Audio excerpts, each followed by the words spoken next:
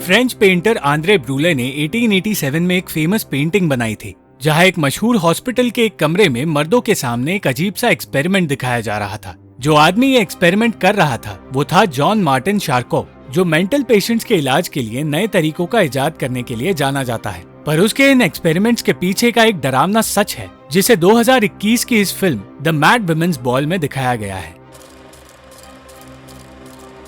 ये फिल्म उन मरीजों की कहानी है जिनका एक्सपेरिमेंट्स में इस्तेमाल किया जाता था, पर ना तो उनका इलाज किया जाता था और ना ही उनके दिल की बात कोई सुनना चाहता था। यूजीन एक रईस खानदान की लड़की है जो अपने भाई की तरह अपनी जिंदगी अपने तरीके से जीना चाहती है, पर उसके पिता उसे उसकी मर्जी के खिलाफ अपने साथ काम करवाना चाहते हैं। उसके पिता को लगता है कि उनकी बेटी कभी कभी मरे हुए लोगों से बातें करती है, जो कि शायद सच है।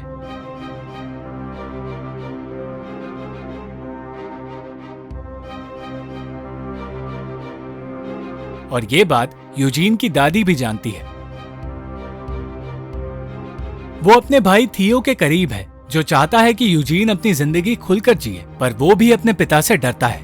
एक दिन यूजीन की मुलाकात एक लड़के अर्नेस्ट से हुई, जो शरीर और आत्मा के बारे में लिखी गई किताब पढ़ रहा था। और क्योंकि यूजीन को उस लड़के और उस किताब दोनों में दिलचस्पी थी, उसने वो किताब यूजीन को दे दी।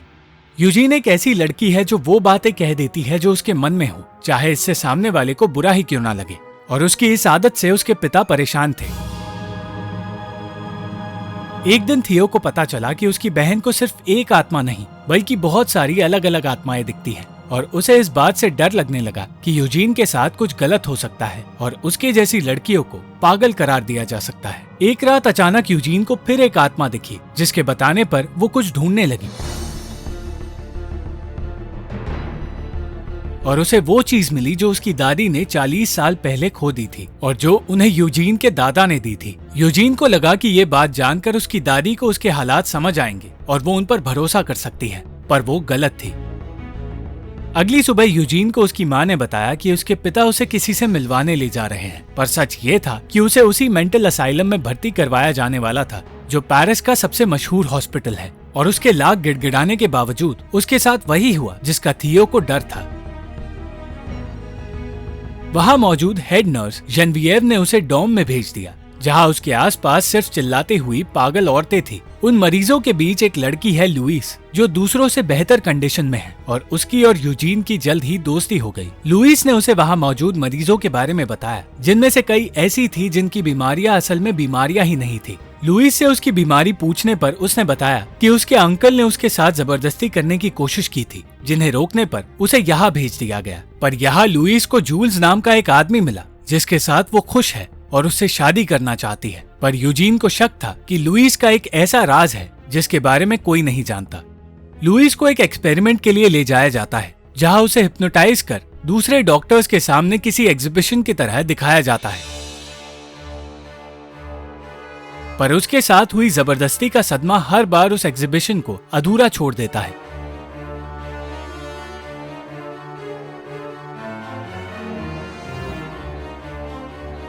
लुइस को जिस आदमी जूल्स से प्यार है, वो उस असाइलम में एक डॉक्टर है जो वादा करता है कि वो आने वाले बॉल डांस पार्टी में उसे शादी करने के लिए प्रपोज करेगा। पर लुइस ये नहीं जानती कि वो आदमी सिर्फ उसका फायदा उठाना चाहता है। जेनविएव जानती है कि यूजीन और उसके जैसी कुछ औरतें असल में पागल नहीं है, बल्कि उन्हें कुछ ऐसी बीमारियां हैं जिनका इलाज हो सकता है। पर क्योंकि वो सिर्फ एक नर्स है, वो इस बारे में कुछ नहीं कह सकती। उसने अपनी बहन ब्लॉन्डीन को खो दिया था, जिसकी आत्मा उसी असाइलम में यूजीन के पास थी। पर जब ये बात यूजीन ने उसे बताई तो जेनविएव गुस्से में वहां से चली गई। वो अपनी मरी हुई बहन के लिए चिट्ठियां लिखती है, क्योंकि उसे लगता है कि उसकी आत्मा उन चिट्ठियों को पढ़ेगी। उस रात यूजीन को भी समझ आया कि उसकी आसपास की औरतें दूसरों से अलग है, पर पागल बिल्कुल नहीं है। अगली सुबह जब यूजीन को पागल कहा गया तो उसने कहा कि अगर एक लड़की की इस बात पर भरोसा किया जा सकता है कि उसे भगवान दिखे, तो यूजीन की आत्माओं को देखने की बात पर भरोसा क्यों नहीं किया जा रहा। ये बात जेनविएव को तो सही लगी, पर वहां मौजूद डॉक्टर के कहने पर उसे हाइड्रोथेरेपी के लिए भेज दिया गया और उसे घंटों तक बर्फ में बिठाए रखा, और ये चीज 15 दिनों तक चलती रही।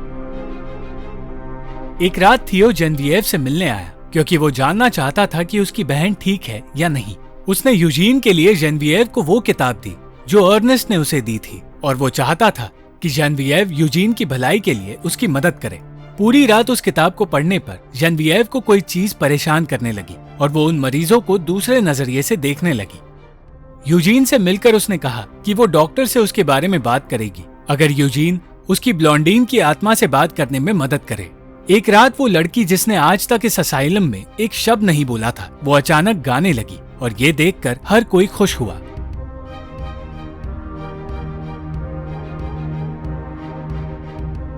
कई दिनों तक यूजीन जेनेविएव की बहन से बात करने की कोशिश करती रही, पर वो हर बार नाकाम रही और जेनेविएव को लगने लगा कि यूजीन ने उससे झूठ कहा था। पर फिर अचानक उसकी आत्मा वहां आई और उसने कहा कि जेनेविएव के पिता को कुछ हुआ है। उसकी बात सुनकर जेनेविएव अपने पिता के पास गई, जिनकी नाक से खून बह रहा था, और सही वक्त पर जेनेविएव ने उन्हें बचा लिया। उस दिन अपने पिता को ठीक करने की वजह से जेनेविएव काफी दिनों बाद खुश हुई और उसे मुस्कुराते देख उसके पिता भी खुश हुए। पर जब उसने बताया कि उसे अपने पिता की हालत के बारे में पता कैसे चला, तो वो उस पर चिल्लाने लगे और कहने लगे कि वो अपने मरीजों की तरह खुद भी पागल होने लगी है। उस असाइलम में मरीजों के ऊपर एक्सपेरिमेंट किया जा रहा था और एक तरह से उन्हें पागलपन की तरफ जबरदस्ती धकेला जा रहा था। और ऐसा ही लुईस के साथ हो रहा था, जिसे एक्सपेरिमेंट के दौरान मिर्गी का दौरा पड़ा। और जब यूजीन ने उन डॉक्टर्स के खिलाफ आवाज उठाई तो उसे चुप करा दिया गया और आइसोलेशन में डाल दिया गया। जेनेविएव उसका केस संभालना चाहती थी, पर एक दूसरी पत्थर दिल नर्स जीन को ये काम सौंपा गया, जिसे अपने मरीजों को टॉर्चर करने में मजा आता है और जो उसे जेल से भी बदतर जगह ले गई। लुईस जानती थी कि यूजीन के साथ जानवरों से भी बुरा बर्ताव हो रहा है, पर ना तो वो और ना ही जेनेविएव इस बारे में कुछ कर सकते थे। यूजीन को मानसिक पीड़ा देने के साथ साथ नर्स जीन ने उससे रोशनी भी छीन ली और वो रोशनी और हवा के लिए तरसने लगी।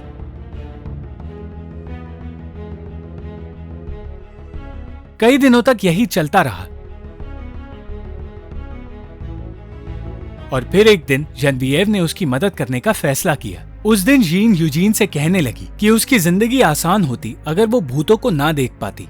पर उसके ये कहते ही यूजीन को एक आत्मा दिखी और वो आत्मा जीन की माँ की थी, जिसे जीन ने उसी कमरे में बंद रखा था। वो जीन से माफी मांग रही है क्योंकि उन्होंने जीन के बेटे को मारा था। ये जानकर कि यूजीन सच में आत्माओं से बात करती है, पहले तो उसने अपना आपा खो दिया, पर फिर वो होश में आई और वहां से चली गई। दूसरे मरीजों के साथ मिलकर जेनेविएव ने यूजीन को बाहर निकालने की कोशिश की और जीन से चाबी चुराकर वो उससे मिलने गई। यूजीन ने उसे उसकी बहन बॉल्डीन की कही बातें बताई और बॉल्डीन ने कहा कि वो अपनी बहन को खुश देखना चाहती है, और यही बातें करते हुए यूजीन और जेनेविएव की दोस्ती हो गई। कुछ वक्त बाद वहां जीन आई, जिसने जेनेविएव को वहां से निकलते हुए देख लिया, पर क्योंकि जेनेविएव हेड नर्स है, जीन इस बारे में कुछ नहीं कर सकती। जेनेविएव ने डॉक्टर शार्पो से कहा कि वो यूजीन को वापस उसके वार्ड में लाना चाहती है, और बहुत देर तक उसे मनाने के बाद उसने जेनेविएव की बात मान ली। आखिरकार हफ्तों बाद यूजीन वहां से बाहर निकली और अपनी दोस्त लुईस से मिली। इतना ही नहीं, यूजीन और जेनेविएव एक दूसरे से चिट्ठियों के सहारे बातें करते रहे और थियो को उस बॉलरूम पार्टी के लिए इनवाइट किया गया, जो कुछ दिनों बाद उस हॉस्पिटल में होने वाला है। इस पार्टी को हर साल रखा जाता है, जहां मेहमानों को बुलाया जाता है और मरीजों को एक एग्जीबिशन की तरह उनके सामने सजाया जाता है। उन मेहमानों के सामने मरीजों को ऐसे लाया जाता है जैसे कि किसी जू में वो लोग जानवर देखने आए हो। यूजीन आखिरकार महीनों बाद अपने भाई से मिल पाई, पर जीन की नजर उन्हीं पर थी।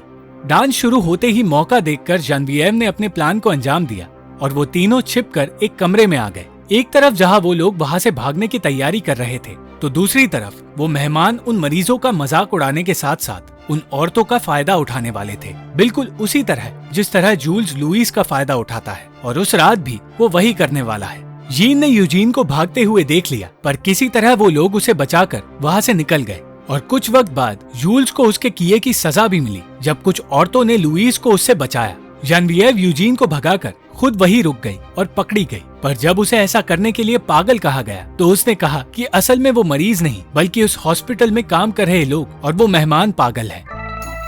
अंत में यूजीन उस शहर से दूर खुशी से और आजादी से जीने लगी और जेनेविएव को उसी हॉस्पिटल में एक मरीज बनाकर रखा गया, क्योंकि जो औरत औरों से अलग हो और अपनी खुद की सोच रखती हो उसे पागल कह दिया जाता है।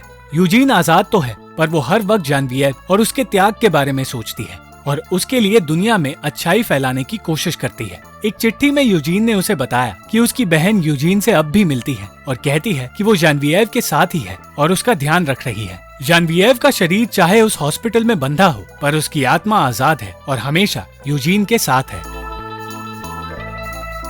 Thank you for watching the video. अगर आपको ये वीडियो पसंद आई तो लाइक, शेयर और कमेंट जरूर करना और चैनल को सब्सक्राइब करना मत भूलना।